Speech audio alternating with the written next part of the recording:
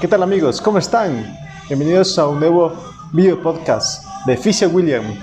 Alexa, volumen 1. Bueno, antes que nada quisiera de nuevo agradecerlos a todos aquellos que ven este podcast. El día de hoy vengo también con todo. Hace unas 2 semanas, acabé de leer un libro que se llamaba Cómo prevenir y tratar lesiones deportivas. Prevenir lesiones deportivas. El autor de este libro es Jordan Metz, que es doctor.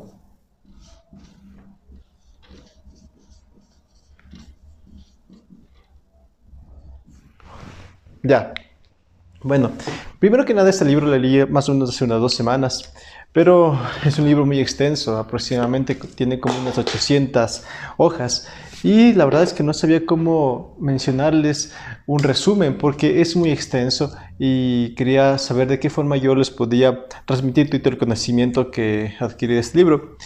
Este es mi mapa mental de este libro, como pueden observar, y no solo es una página, la verdad es que son 2. Continúa con este.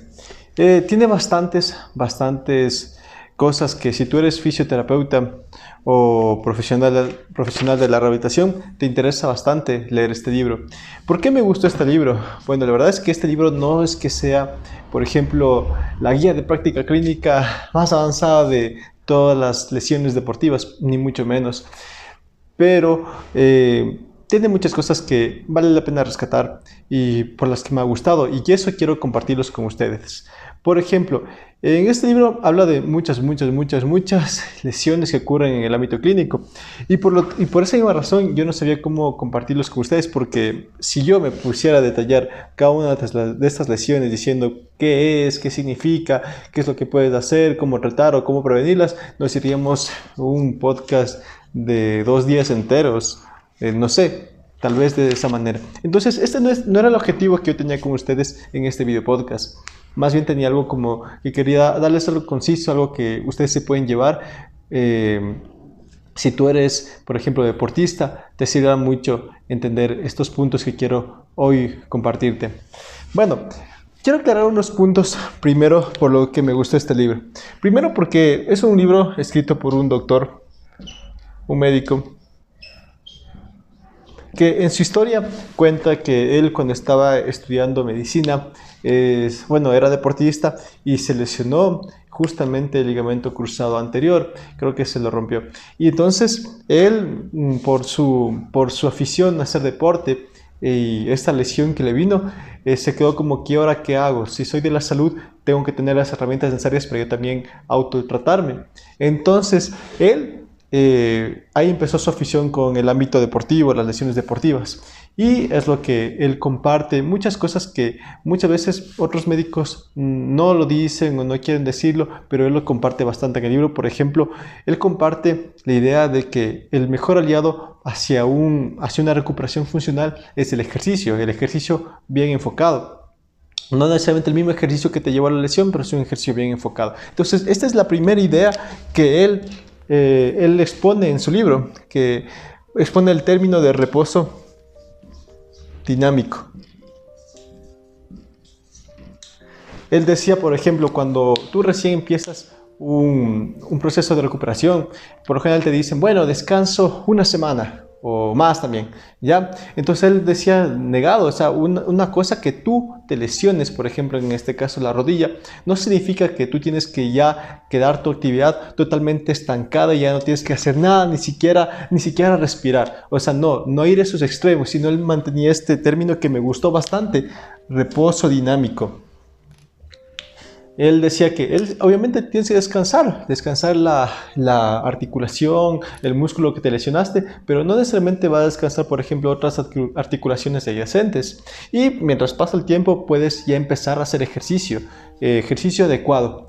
Por otra parte, algo que también me gustó de este libro es que él menciona una clase de ejercicio funcional a la hora de realizar una recuperación, que en este caso va a poner calistenia. ¿Por qué? Miren, los ejercicios que encontré, que él explicaba, por ejemplo, decía, te duele la cadera o tienes una lumbalgia, entonces él mencionaba, bueno, esto se produce por esta razón, muchas veces sobrecarga mecánica, haces algo con una mala técnica, levantas un objeto, ya bueno, esas cosas, ¿no?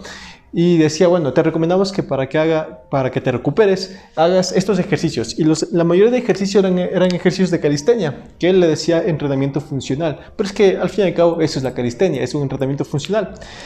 Y bueno, yo prefiero llamarlo calistenia y algún rato le explicaré por qué. Porque le veo tanto valor la palabra calistenia a la hora de hacer una actividad, no solo llevarle como ejercicio funcional. Ya. Entonces, muchos de los ejercicios que él mencionaba eran ejercicios calisténicos, ejercicios de calistenia, sentadilla, flexiones de pecho, algunos que eran más intensidad, otros que eran una intensidad un poco más baja, pero al fin y al cabo eran ejercicios funcionales, ejercicios multiarticulares, ejercicios de calistenia, ejercicios con el propio peso corporal. Eso por una parte. Por otra parte, esto también me gusta porque cuando uno está en el ámbito de la rehabilitación, sobre todo cuando uno es estudiante y trabaja con profesionales que ya llevan mucho tiempo en el sector, bueno, ve una clase de tratamientos, porque bueno, la fisioterapia se basa en el ejercicio. El fisioterapeuta que no haga ejercicio con sus pacientes no es fisioterapeuta. Ya, la fisioterapia se basa en el ejercicio terapéutico. Entonces, en esto del ejercicio terapéutico siempre hay variables. Por ejemplo, puedes realizar un ejercicio terapéutico que sea de muy baja intensidad, otro que sea de muy alta intensidad, uno que sea un ejercicio que no sea transferible a las actividades de la vida diaria, como un ejercicio que sí lo pueda hacer. Entonces, cuando tú recién eres estudiante de fisioterapia, te dicen, bueno, tienes una tendinitis, tendón del golfista, ¿ya? Ya, listo. Tienes que realizar flexiones de muñeca. ¿Para qué? Para fortalecer la musculatura flexora, ¿ya? Entonces, uno está ahí enseñándole al paciente a ver con una pesa, coja la pesa así y hay 20 repeticiones. Después acaba eso, de nuevo, 20 repeticiones y en un montón de ángulos o en un montón de posiciones, como sea, el mismo ejercicio tonto, ejercicio que no es transferible, ejercicio que no sirve casi para nada. Y lo voy a argumentar por qué no sirve, porque la mayoría de las lesiones que son deportivas o traumatológicas no ocurren tanto por una sobrecarga o por demasiadas repeticiones. Más bien ocurren porque unas partes de nuestro cuerpo no se están moviendo lo que deberían y eso hace que otras partes de nuestro cuerpo se muevan más de lo que deberían. Entonces ahí es lo que viene el término por altas repeticiones se produjo esta lesión. Entonces nosotros por lo general cuando eres un recién estudiante de fisioterapia atacan al problema, o sea, bueno, entonces tienes que hacer ejercicios en esta parte, ya, lo que sea. Atacan a los síntomas, pero no atacan a la raíz del problema. Entonces esto es una parte muy destacable de este libro, que él a pesar de que te dice el diagnóstico, no te dice necesariamente por qué se da más a fondo esta lesión, pero sí da ejercicios funcionales que son transferibles a tu día a día, a tu vida diaria. Entonces esa es otra parte muy interesante de este libro. Por otro lado, también algo que me gustó bastante de este libro es que, por ejemplo, el autor, aunque no necesariamente dice actividades como rehabilitación, o no, mejor dicho, no dice explícitamente actividades como tienen que hacer fisioterapia, él no lo dice así como que tan tan explícito, tiene que hacer fisioterapia para estas lesiones, pero sí dice rehabilitación, sí dice, por ejemplo, tienes que mantenerte activo, lo cual son conceptos de fisioterapia, que en una lesión lo último que tienes que hacer es descansar demasiado, tienes que acudir a fisioterapia. Y por otra parte es que siquiera un 90% de todas las lesiones que yo anoté aquí, porque aquí están siquiera un 90% de todas las lesiones que yo anoté, todas, siquiera un 90% eran tratables con fisioterapia. O sea, hay bastante campo en el ámbito deportivo para la fisioterapia. Hay bastante campo. Y eso es interesante. ¿Por qué? Porque es interesante para uno como profesional porque se abre bastante campo de trabajo. Uno ya no se siente estancado de que, por ejemplo, otros te quitan el empleo, te quitan el trabajo. No, o sea, hay bastante campo en el ámbito deportivo. Pero también, si es que, por ejemplo, tú eres una persona que no eres fisioterapeuta, eres un deportista, tienes que entender una cosa. La mayoría de tus lesiones deportivas se van a resolver con fisioterapia y la mayoría de tus lesiones deportivas no se resuelven tanto con fármacos. Y esa es otra idea que el autor menciona y quiero destacarla aquí. El autor, la mayor parte de los tratamientos que menciona para lesiones deportivas, menciona todo lo que tiene que ver ejercicio terapéutico, indicaciones, cosas de prevención, cosas de nutrición, pero al último casi hay una minusculidad que dice tienes que tomarte estas pastillas. Yo pienso que es por dos razones. Uno, porque las pastillas o medicamentos, drogas, son recetados por partes del médico, entonces no pueden ir directamente en un libro para que X persona coja y diga, a ver, aquí dice que me tengo que tomar un acetaminofén y me tomo. No, o sea, no pasa eso. Pero sí menciona algo, que en sus tratamientos, una de sus sugerencias dice, toca tomar AINE para bajar la inflamación. Ya. Entonces, eso es lo más destacable que él habla, por ejemplo, de procesos farmacológicos. Él también hace ver muchas cosas, por ejemplo, de que hay lesiones que la mayoría son de cráneo, que esas sí tienen que ver, por ejemplo, con procesos ya médicos, o también toca hacer una distinción entre qué tipo de lesión te pudo haber ocurrido. Por ejemplo, cuando alguien habla de distensión ligamentaria, no, los ligamentos no se distensionan, los ligamentos se esguinzan, ¿ya? O se estiran, ¿ya? Listo. Distensión siempre está más acordada a términos como, por ejemplo, son músculos o tendones. En cambio, esguince tiene más que ver con términos de ligamentos y cápsula articular. Entonces, eso por una parte. Por otra parte, algo que también es destacar de este autor es que él, en casi todos sus tratamientos, menciona un protocolo que ya está viejo, que es el protocolo RICE. Protocolo RICE, reposo, hielo, compresión, elevación. Actualmente nosotros sabemos que ya existen miles de protocolos hasta el protocolo más actual, el más valorado, que se llama el Peace and Love.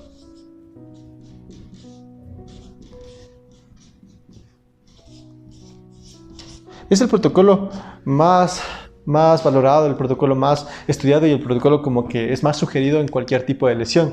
Pero hay una diferencia, por ejemplo, en el protocolo RICE, PRICE, POLICE. Todos estos son protocolos que ya son viejos y no significa que estén totalmente descartados. Por ejemplo, RICE ya les mencioné qué significa. PRICE es lo mismo, solo con la P de protección. Y POLICE significa también protección, óptima luz, casi lo mismo de estas tres, ¿ya? Protección, carga óptima, ya. Hielo, compresión, elevación, ya.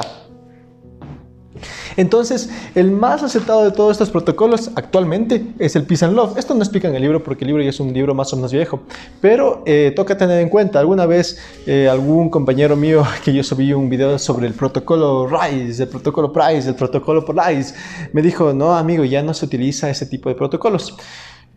Y tiene totalmente la razón. El protocolo Peace and Love es el protocolo más usado o el más recomendado, mejor dicho, el más recomendado a la hora de realizar una rehabilitación. ¿Por qué? Porque ya tiene todos los aspectos del POLICE, que era el más avanzado de todos los dos. Ya tiene todos los aspectos, aparte tiene otras cosas. Por ejemplo, que en el protocolo Peace and Love menciona que no toca tomar antiinflamatorios la primera los primeros días de una lesión, que la articulación, el ligamento, el músculo, lo que sea que te hayas lastimado, tiene que inflamarse. Necesita inflamarse para que ocurra procesos de inflamación y cicatrización. Entonces la inflamación es necesaria. Ya, por otra parte, también aquí en el protocolo Peace and Love también hablan un poco más del calor, ya no hablan tanto del hielo. Entonces, o bueno, también hablan sobre la educación, hablan también sobre la carga óptima que tienen que hacer ejercer el paciente. Por eso es un protocolo que cada letra representa una acción. Entonces, es un protocolo que es bastante valorado. Pero, ¿por qué yo a veces sigo utilizando, por ejemplo, un protocolo POLARIS, un protocolo PRICE? ¿Por qué?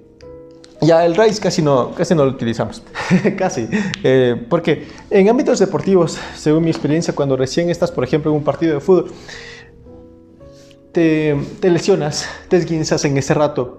¿Ustedes creen en serio que lo más adecuado es en ese rato decirle, bueno, verás, no te vas a tomar antiinflamatorios? Bueno, sí, es verdad, puedes decir eso, pero en ese rato le empiezas a educar al paciente. Cuando te esguinzas es porque tu ligamento peroneo extraído anterior se tensa. No, o sea, en esos momentos específicos de la lesión, lo más importante es devolver al deportista al partido, al juego, o ya dejarle en la cancha para que se siga recuperando. Una de dos. Pero en este rato no tienes todo el tiempo, tú no tienes todo el tiempo cuando estás en un partido específico, en un juego específico que tiene una duración. No tienes el tiempo para hacer un protocolo Peace and Love. Este protocolo Peace and Love, a mi parecer, todos lo pueden realizar, todos los que son fisioterapeutas lo pueden realizar ya en la clínica. Es muy aplicable en clínica. Cuando tú estás con el paciente, por ejemplo, en tu consultorio, en la clínica, en un tratamiento online, ahí es muy aplicable este protocolo. Sin embargo, cuando recién está un paciente que se lesionó en plena cancha y no sabe si es que va a volver al partido o no, entonces lo más probable, lo más indicado es un protocolo PRICE o POLARIS, uno de dos. Ya, así, fácilmente, a mi parecer. Habrá colegas que me digan, no, yo no opino eso, estoy dispuesto a escuchar los comentarios, seguramente tengan razón. Entonces, ya, bueno, estos son unos puntos muy importantes que quería destacar, por ejemplo, de este libro, bueno, recapitulemos, que es un médico que deja de lado muchas cosas, por ejemplo, que solo toca poner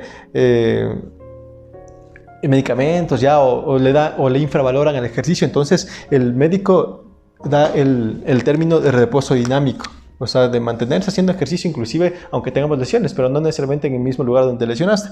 Ya, que la mayoría de los ejercicios que él recomienda son ejercicios de calistenia, ejercicios funcionales, transferibles a las actividades de la vida diaria, por ejemplo, sentadillas, flexiones de pecho, cosas así. Que aunque él no menciona directamente la fisioterapia como un tratamiento, lo dice como rehabilitación, mantenerse realizando ejercicio, ya, bueno. Y otra cosa también es que siquiera un 90% de las patologías, lesiones, disfunciones que se presentaron de las lesiones deportivas de este libro, eran tratables por fisioterapia. Entonces eso abre bastante campo tanto al fisioterapeuta como a ti que eres deportista, que sepas qué es lo que tienes que hacer. Que sepas qué es lo que tienes que hacer cuando te lesiones. Ya. Que también que el máximo medicamento que él mencionaba, por ejemplo, era los AINE, y de ahí hacía más recomendaciones, pero por ejemplo, cuando era algo más grave, una lesión que realmente era más grave, él decía, consulta a su médico. Consulta a su médico, vaya al médico. No te decía tienes que hacer esto porque yo soy médico y yo conozco los procesos. No, te decía consulta a su médico. ¿Por qué? Porque es lo más ético del mundo, porque tú desde un libro no puedes conocer a la gente que te está leyendo. Entonces él menciona lo más ético del mundo: consulte a un médico o acuda a un profesional. Ya. Y por último también menciona en todos sus abordajes los protocolos RICE, PRICE, POLARIS y Peace and Love. Ya. Tal vez me olvidé algo que también es importante. Bueno, algo muy importante también es que el doctor, cuando escribió el libro, no solo hablaba, por ejemplo, de tratamiento, que esto ya es tratamiento, sino también hablaba de prevención. Por ejemplo, en prevención, él mencionaba que a veces uno por ego no utiliza instrumentos para prevenir algunas lesiones. Por ejemplo, si es que tu deporte es rugby o deportes de contacto, entonces hay algunas personas que no utilizan su protector bucal. O por ejemplo, si tú eres futbolista, hay futbolistas que no utilizan sus canilleras, su equipo de protección. O si por ejemplo eres calisténico y piensas que utilizar guantes es de señoritas, entonces posiblemente no utilices y seas mucho más proclive a que te hagas alguna ampolla. Entonces él me enfatizaba bastante en este punto, decir que muchas veces hay que dejar de lado el ego para nosotros utilizar los dispositivos que están a nuestro alcance, la mayoría, para evitar lesiones. Evitar lesiones depende el deporte que nosotros hagamos. O sea, que dejemos de lado el ego, tal vez si es que pensamos que el dispositivo que vamos a utilizar no se ve bien con nosotros. No, así no se ve bien, utilízalo. Otra cosa que también mencionaba y que tal vez es lo último que voy a mencionar como tips generales que él decía, era que un aspecto súper importante en el deporte es la nutrición. Por ejemplo, constante ingesta de vitaminas, vitamina C, vitamina K, también de minerales. Minerales, por ejemplo, puede ser el potasio para no tener tanto estrés en nuestro deporte o en nuestra vida diaria. El potasio para no tener tantos calambres. Perdón, estrés, estaba pensando en otra cosa. El potasio para no tener tantos calambres. La hidratación es súper importante en todo aspecto del deporte. Entonces, eso es algo que toca tener en cuenta. Tres aspectos importantes en el deporte son la nutrición, el ejercicio y la educación. Nutrición, súper importante. Tienes que hacer bien, tomar bien lo que vayas a tomar. También nutrición está en por ejemplo, los hidratos de carbono o las proteínas, que también son necesarias dependiendo del deporte en general. Ya el ejercicio que vayas a necesitar para hacer tu actividad, que sea adecuado. También cuando vayas a hacer habitación, que ojalá sean ejercicios calisténicos. Y también la educación, o sea, que tengas en cuenta cómo funciona también tu lesión, también te ayuda a tu recuperación. Ya, se ha ido bastante. Voy a tomar un poco de agua.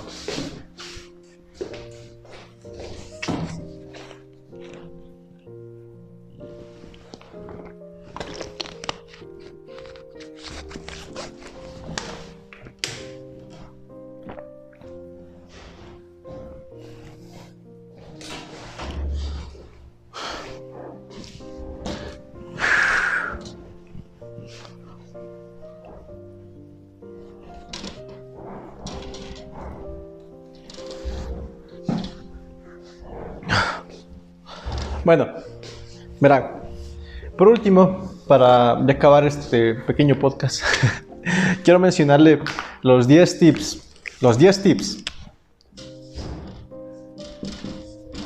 de todo un deportista, que un deportista tiene que tener en cuenta.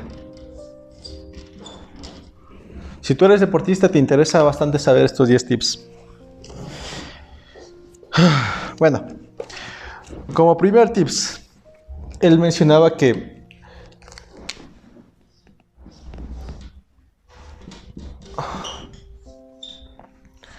nunca descuides el entrenamiento de fuerza. Hay personas que dicen, no, el entrenamiento de fuerza es lesivo. No, el entrenamiento de fuerza es adecuado para las articulaciones, es adecuado para tu salud, es adecuado para muchas cosas. Entonces, no descuides el entrenamiento de fuerza, indiferentemente realices cualquier deporte, ya sea que tú corres, ya sea que tú, por ejemplo, cicles. No, siempre realices entrenamiento de fuerza, es importante. El cuerpo, los músculos necesitan realizar este entrenamiento para que sus articulaciones, para que sus procesos se mejoren y eviten lesiones. Entonces, ese es el primer punto, entrenamiento de fuerza. 2. Aquí decía la vanidad. Olvídate de músculos vanidosos. Cuando tú, por ejemplo, estás en el gimnasio, tú solo te centras en, voy a hacer bíceps, voy a hacer pectorales, voy a hacer abdomen, voy a hacer glúteos, ya. Bueno, o sea, olvídate de músculos vanidosos. El objetivo, ¿verdad?, del ejercicio, del deporte, es que tú tengas mayor variabilidad motora, o sea, que tu cuerpo se pueda adaptar a muchos movimientos.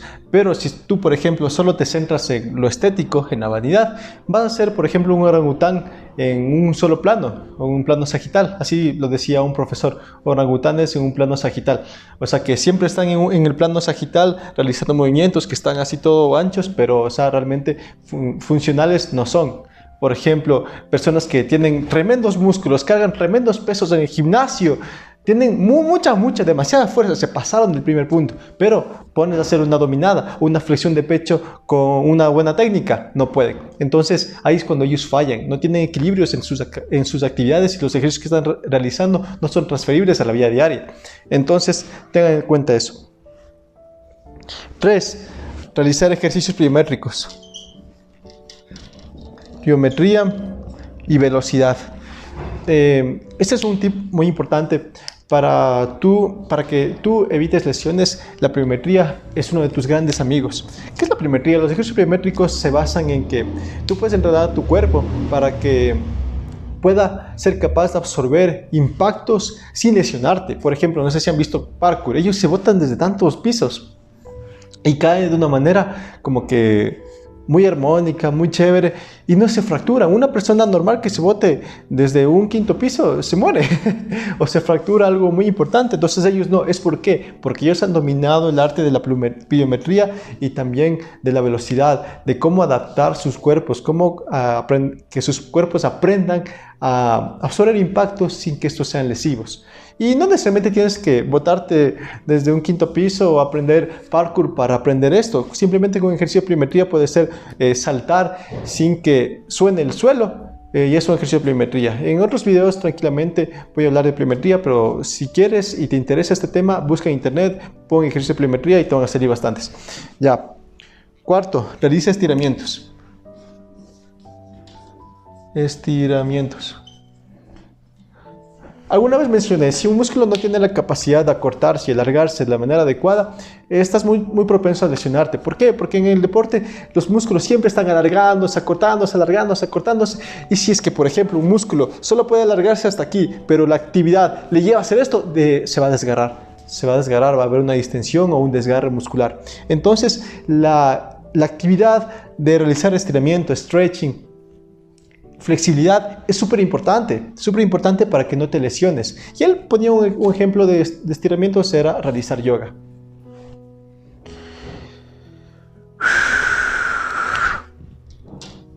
Quinto, descalzo. Él mencionaba que en la medida de lo posible, cuando tú vayas a realizar ejercicios, trata de realizar descalzo. Mira, nosotros como seres humanos llevamos muy poco tiempo con esto. Llevamos muy poco tiempo con zapatos.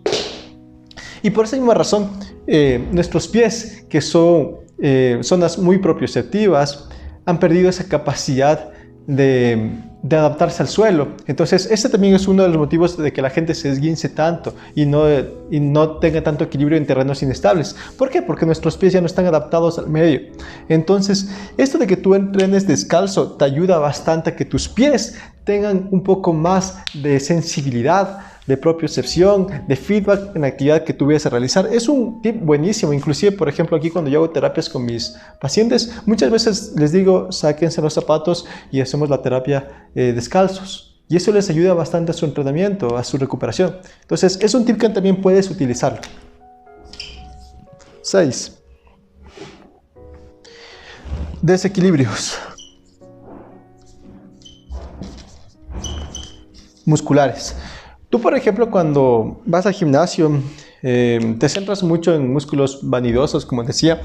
Entonces, tendemos a desequilibrar la fuerza que tiene nuestro cuerpo. Por ejemplo, que el cuádriceps esté mucho más fuerte que los isquiotibiales. Entonces, eso es un peligro. ¿Por qué? Porque estos desequilibrios musculares te hacen más propenso a lesiones. Entonces, cuando abordamos el punto 6, se refiere a que tú manejes bien los equilibrios, el balanceo muscular en cuanto a fuerza, en cuanto a equilibrio, lo que sea. ¿Ya? Que siempre haya al menos un equilibrio más o menos bueno para que tú puedas estar mucho más seguro en tu actividad física. 7. Ahí él decía Tabata, o sea, que hagamos ejercicio de Tabata. No sé si ustedes han realizado Tabata, pero es como una disciplina deportiva donde con música realizas ejercicio, pero acorde al ritmo de la música. ¿Ya? Algo así es la Tabata. Bueno, ¿cuál es el fin de la Tabata? Para mí el fin de la Tabata es que, por ejemplo, tú hagas ejercicios funcionales o, por otra parte, calistenia. Ya, bueno, si es con música también tiene un efecto aún mayor. ¿Por qué? Porque también involucra otro nuevo sentido, que en este caso sería tus oídos. Pero la Tabata, más que nada, son ejercicios funcionales, ejercicios de calistenia, que puedes realizarlo, eso te ayuda bastante. Más que solo hacer ejercicios, por ejemplo, uniarticulares, no, realiza ejercicios multiarticulares, ejercicios transferibles a la vida diaria, ejercicios calisténicos. ¿Ya? 8. Busca un entrenador. Mira, cuando tú recién empiezas en un deporte, no es que vas a saber todo para ya realizar bien la actividad. Hay gente que tiene más experiencia en eso, gente que ya se equivocó. Entonces, tú puedes ayudarte de esa gente, ya sea pagando de cualquier manera, o en internet, que las cosas son gratis, ya, pero puedes ayudarte de esa manera, para que alguien te enseñe el camino y tengas muchas más probabilidades de no lesionarte. O sea, de que consigas tus objetivos con menos daños, ¿ya? Entonces, buscar un mentor o un entrenador es importante, es importante. 9. El descanso. Aquí también, por ejemplo, mencionaba que el descanso es súper importante. Por ejemplo, solo en cuanto a ámbito de hipertrofia. La hipertrofia ocurre en la noche, cuando tú duermes. En procesos de descanso, ahí es cuando ocurren procesos metabólicos para que tú puedas tener más fuerza, para que tú te recuperes, para que mejore tu hipertrofia muscular, ¿ya? Entonces, el descanso es súper importante. Él mencionaba, por ejemplo, que es malo dormir más de 8 horas y también es malo también dormir menos de 6. Ya, entonces siempre debe haber un equilibrio, por ejemplo, 7 horas, ya. Pero tienes que cuidar tu descanso. Tu descanso es súper importante. Pasamos siquiera un tercio de la vida durmiendo. No hace por algo malo, es porque lo necesitamos. Y por último, el tip número 10 decía, sonríe. Ya, o sea, que disfrutes la actividad que tú estás realizando, ya sea calistenia, fútbol, básquet, cualquier actividad que tú realices o que quieras realizar, sonríe, disfrútala, porque de eso se trata la actividad, o sea, es una disciplina para que la disfrutes. No te acomplejes tanto, o mejor dicho, no te obsesiones tanto con una actividad. Por ejemplo, no sé, entrenas gimnasios, que me obsesiono porque aún no consigo mis objetivos, los procesos de hipertrofia no son tan rápidos. Sonríe, disfruta la actividad, mira de qué otras cosas puedes conseguir mientras ya consigues lo que estás haciendo. O sea, no te obsesiones tanto con esa actividad. O por ejemplo, una cosa es ser deportista amateur y otra cosa es ser deportista de alto rendimiento. Por ejemplo, los deportistas de alto rendimiento por lo general no son saludables. ¿Por qué? Porque ellos son deportistas de alto rendimiento, sacrifican la salud a costa del rendimiento. Entonces es algo que hay que tomar en cuenta. En cambio, los deportistas amateur son los más saludables, o sea, porque ellos hacen ejercicio porque les gusta, porque les da más salud, porque tienen objetivos claros. Y no digo que ninguno de los dos sean malos, sino que hay que tomar en cuenta estas diferencias. Por último, yo daría un tip más, que no es el único que daría, es que también realices ejercicios que varíes en la actividad que tuviese a realizar, o sea, que no solo, digamos, por ejemplo, te enfoques en una sola disciplina. Es que yo solo hago gimnasio, yo no hago nada más que gimnasio, no. También practica otro tipo de deportes. Eso ayuda a que tengas más variedad motora. Eso. Bueno, la verdad es que este libro es súper interesante. Yo creo que sí debería haber una parte 2. Quién sabe. Pero ya vamos más o menos unos 30 minutos de podcast. Espero que les haya gustado. Espero haber sido más o menos claro con este pequeño, más que resumen, aporte de las cosas más importantes que yo le vi. Porque todo era importante, o sea, este mapa mental no es que no sirva de nada, solo es que si solo esto me demora una media hora, tal vez por mi forma de comunicar, con esto me demore 20 veces más. Entonces, bueno, espero que les haya gustado este nuevo podcast. Déjenme en los comentarios qué se llevan ustedes esta vez acerca de este nuevo libro que leí. Y yo, si eres fisioterapeuta, te recomiendo encarecidamente que lo leas. Si eres deportista, también te recomiendo que lo leas. Esto es un lenguaje para ambas personas, sobre todo para personas que no tienen nada que ver con medicina. Es un lenguaje bastante amigable. Y pues nada, nos vemos en un siguiente capítulo el día de mañana. Gracias.